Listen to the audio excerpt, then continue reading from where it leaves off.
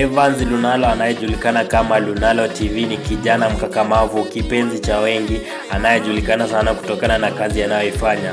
Msikilizaji wangu, niruhusu leo nimwanike kijana huyu peupe na unisaidie kabisa kumhongera kwa kazi anayoifanya.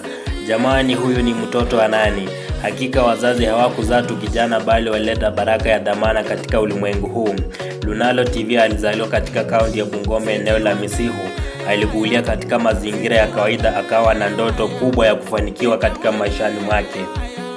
Katika utotoni mwake alionyesha dalili za kuwa mbunifu na mwenye kipaji cha uchekeshaji, jambo lililomfanya kupendwa na wengi. Lunalo TV alihudhuria shule ya msingi ya Misihu RC, kisha akajiunga na shule ya sekondari ya Bunang'enye Mulima.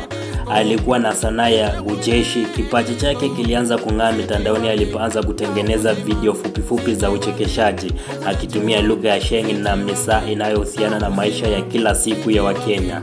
Lunalo TV alianza kushirikiana na wachekeshaji wengine akiwemo Comedy Mchinga.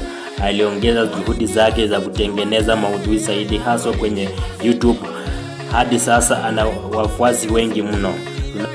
Lunalo TV ameweza kujitengenezea jina kama mmoja wa vijana wenye vipaji kubwa katika sekta ya burudani katika taifa la Kenya.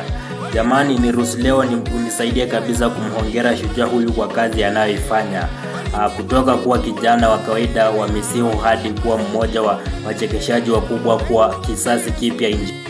Nisikilize Lunalo TV kutoka katika Tanzania ya mzee koti moja.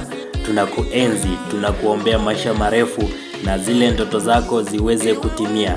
Hakika wazazi wako watafurahia kwa ajili yako. Na hii ni sauti ya mzee koti moja. Jina langu ni Mahino Bishop. Kumbuka, tunakupenda sana.